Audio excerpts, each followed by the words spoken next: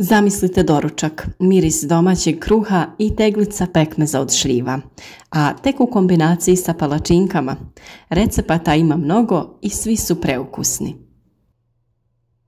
Došla je jesen i mnoge domaćice počele su sa spremanjem zimnice.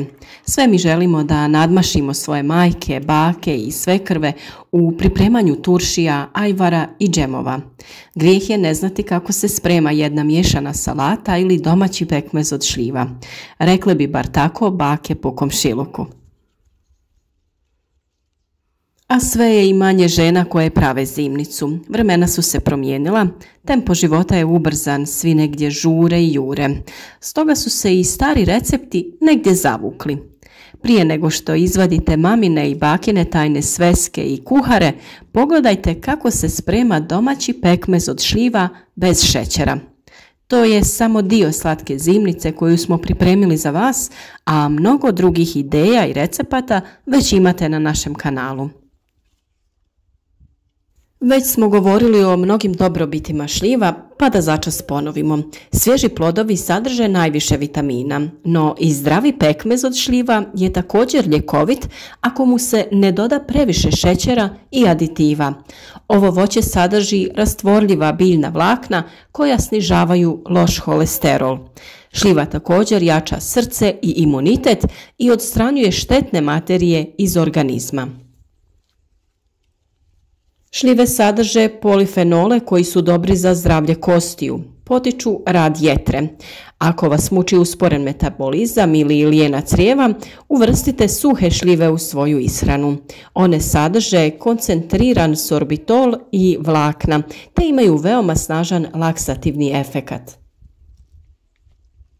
Šljive također blagotvorno djeluju na nervni sistem, a bakar i cink iz ove voćke djeluju antidepresivno. One djeluju na nivo šećera u krvi smanjujući ga, a pomažu i ženama poslije menopauze da zadrže estrogen potreban za apsorpciju kalcija.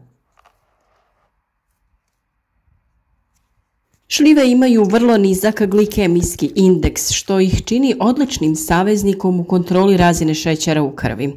Naime, topiva vlakna iz šljiva pomažu u normalizaciji razine šećera tako što usporavaju brzinu kojom hrana napušta želudac, te kontroliraju oslobađanje glukoze u krvi nakon obroka. Topiva vlakna povećavaju osjetljivost organizma na inzulin i zbog toga mogu igrati korisnu ulogu u prevenciji i liječenju dijabetesa tipa 2. Kao i kod svake druge zimnice, prvo što je potrebno jeste oprati ove plodove. Pogotovo u slučaju kada se radi zimnica bez šećera, vrlo je bitno da su svi plodovi čisti i da nisu oštećeni. Tokom pranja možete ukloniti sve ove peteljke i one oštećene šljive. Sljedeći postupak jeste vađenje koštice iz sredine. Ukoliko kao i mi radite veću količinu pekmeza, to će biti malo dugotrajniji postupak, ali u ovom slučaju lijepo ćete pregledati sve šljive i ukloniti sve one koje su eventualno oštećene ili crvave. Nakon čišćenja šljive možete cijele staviti na kuhanje, a mi smo se odlučili prvo samljeti sve plodove kako bi dobili lijepu teksturu. Zbog toga se ovo zove pekmez jer su plodovi mljeveni, a ukoliko idu cijeli, onda se priprema džem. Nakon mljevenja smjesu šljiva stavljamo u lonac na kuhanje, a mi smo za ovu veću količinu koristili pećna drva jer nam je na taj način lakše da ga kuhamo i lakše da ga cijelo vrijeme miješamo. Potrebno je pekmez kuhati na laganoj vatri i neprestano miješati kako bi se ravnomjerno grijao. A tokom kuhanja obavezno je i uklanjati ovu pjenu koja se stvara. Uklanjanjem pjene produžavamo rok trajanja ovoga pekmeza. Domaći pekmez od šljiva bez šećera pravi se tako što se voće ukuhava i to je malo duži proces. a samim tim dužim kuhanjem isparava voda iz voća, pa se istovremeno pojačava koncentracija prirodnog šećera iz plodova voćki.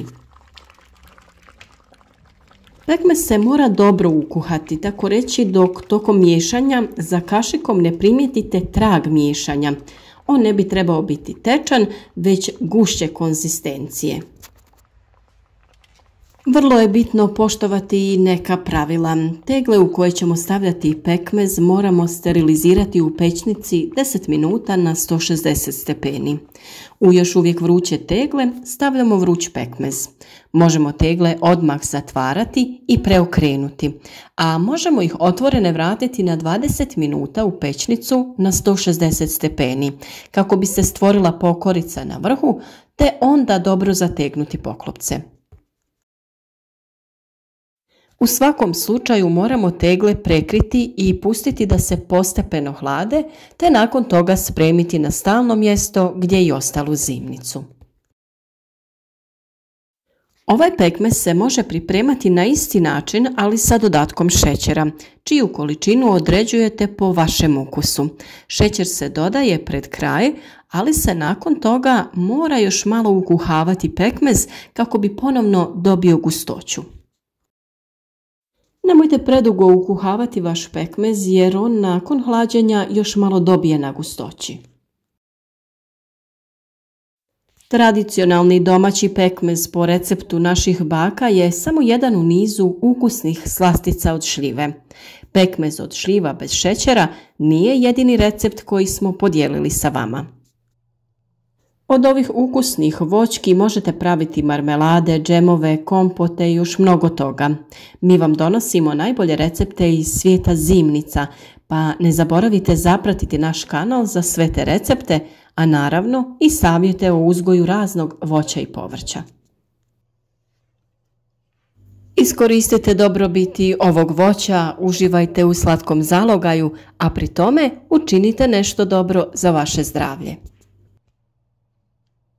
Ukoliko isprobate ovaj recept, svakako nam javite vaše utiske, pišite nam vaše komentare. Šljive su vrlo slatko voće, a vi možete dodati šećer, možete ga izostaviti ili samo nadomjestiti sa nekim prirodnim zaslađivačima poput stevije.